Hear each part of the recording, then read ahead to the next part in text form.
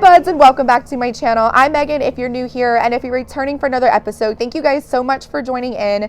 So I do have a guest speaker with me today, Corey, and I'm going to let her kind of get into who she is, but she is going to be probably the last interview that I'm going to do for this drug and alcohol addiction series that we've done. Corey is going to kind of go into who she is and what she does and why I asked her to be here. All right. Hi, everyone. My name is Corey. I work at Walden, which is a drug and alcohol treatment program. I have worked in substance use for about 14 years. I started off as an outpatient counselor. I've done some rehabilitation work in our local county detention center. I've worked at the Department of Social Services, done some work with the Community Recovery Center, and lots of mental health, behavioral health treatment with individuals and groups. So it's been a great 14 years helping people find recovery. Yay.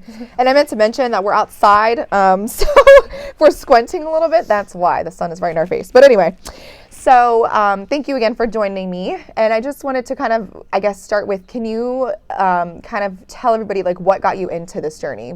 How did you find yourself here in this world? So it's not a great story. It's just a story. My whole entire family is teachers, and I wanted to not be a teacher. So when I went to college, I thought, what can I do that's different than becoming a teacher? And I fell into social work. So I studied social work and then got my master's in social work as well. And when I was looking for a job, I lived in Illinois and couldn't really find anything there. And I moved out to Maryland and found Walden and didn't really think substance use was going to be my thing. I was more like, I want to be a mental health clinician. But then starting this work and realizing what substance use is and what treatment is, mental health and substance use are hand holders. So when you're helping people through substance use, you're also helping them through mental health, which is why it's now become and talked about as behavioral health, because instead of having the one egg and the other egg and them not being treated the same, it's now just one egg, and it's called behavioral health. So I fell into it just as a first job, and I've never left. That's awesome. Okay. And yeah, I actually worked at Walden with Corey, which is how I know her. So I kind of got a little gist of that world, but Corey is definitely more experienced in it, obviously, after 14 years. So I guess one of my other questions is, have you learned from this journey in this world? To treat people with kindness. I hear you say it all the time on your channel, Megan, that you never know what anyone's going through, and to, add more shame or add more guilt onto someone isn't helping them. So when you're working with people in treatment or dealing with your own substance use, the way you talk to yourself in your head really can help or hurt, what you're going through. So that's the number one thing, is to just always treat people with kindness. Listen to them. People are hurting. Even if it's around substance use, domestic violence, it doesn't matter. Their own inner demons of dialogue, you got to listen to people. Yeah, I agree. And I've done a few videos about that. And actually, if you guys haven't watched my video with Megan, the other Megan, and she talked about the importance of speaking positively to yourself and just how much that can impact your life. Make sure you check that out. I'll link it somewhere above here too, so you guys can kind of look into that one as well, because it really does play a huge toll in how you handle yourself in your situations. And then, of course, making sure that you're speaking kindness to other people. Again, you have no idea what people are going through and what they're struggling with. So yeah, thank you for that. That's a huge, important message to share. So the next question I have for you is just, can you kind of give a gist and an overview of recovery, all things recovery, what that looks like, what you've learned from your experience and things like that? Recovery is a huge journey, and a lot of people are in different phases of recovery all the time.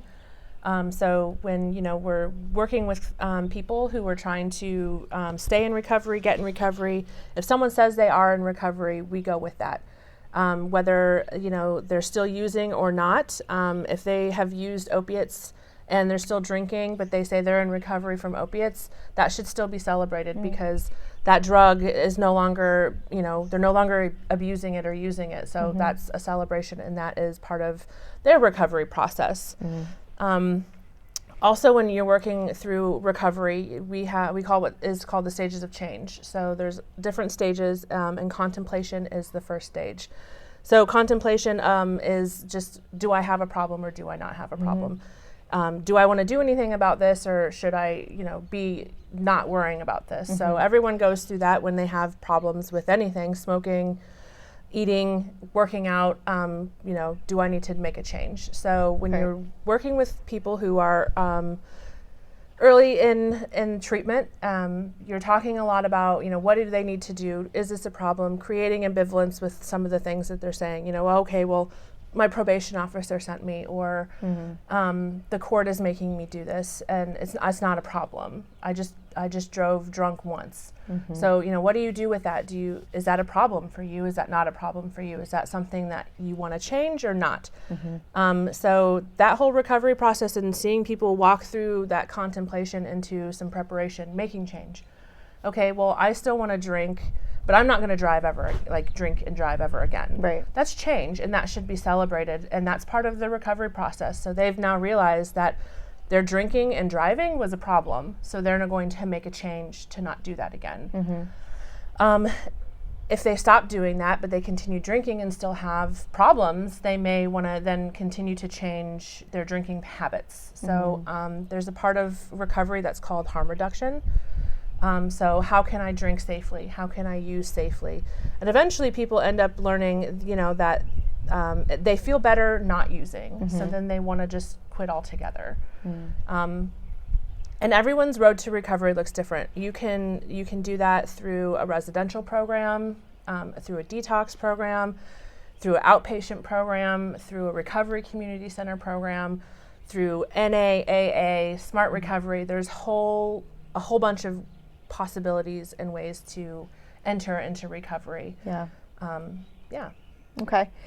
So when somebody typically enters into Walden, or just generally a facility, what does that like intake process look like? What does the, I guess, realization, like you mentioned, of like, I guess, admitting first and foremost that they have an issue with this, like what does that look like? And I guess how much does that typically change over time? Do you see people come in and they stay in and they're committed, or Absolutely. like how long do people, I guess, is there a high turnover rate almost, like people not staying? Like what does that look like? So what someone can expect is to do an intake, which is a bunch of questions about your whole entire life, your medical history, your mental health issues, your legal concerns, your family environment, your living environment.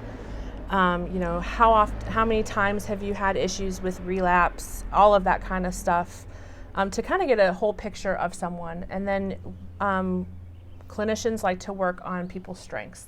So we ask them, you know, what do you possess that is going well for you? What sort of things do you have that you like to do? What are you good at? What do you excel in?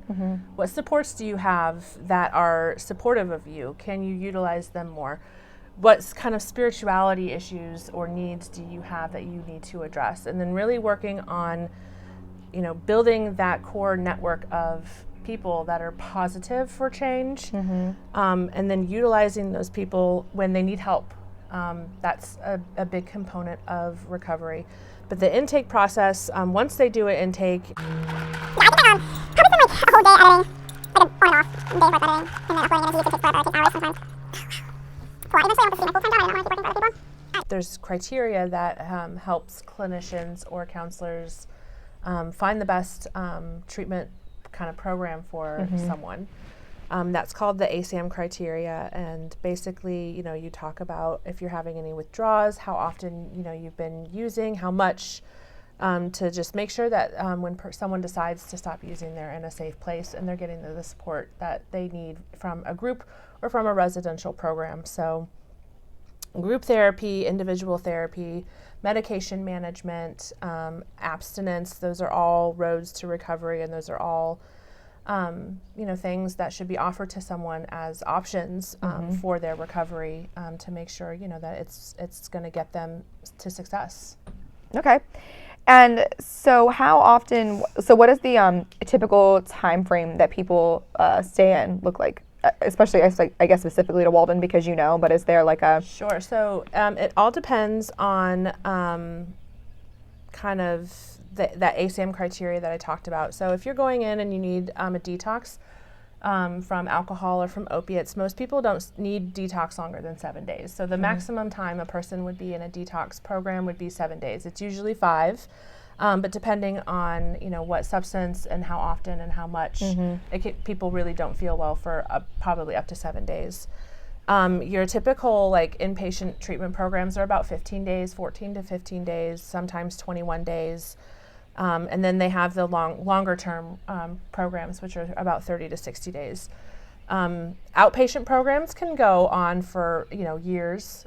1 year is typically a good outpatient program.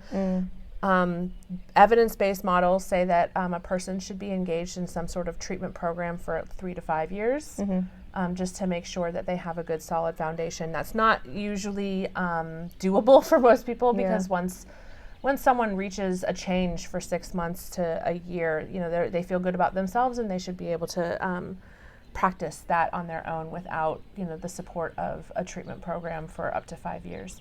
But the one great thing about Walden is they do have the recovery community centers where people can still engage, but it's not a formal treatment program. Okay, so that's what I was going to ask you. So I guess I've heard a lot of people, they're kind of worried about okay, what happens afterwards? So what does that look like?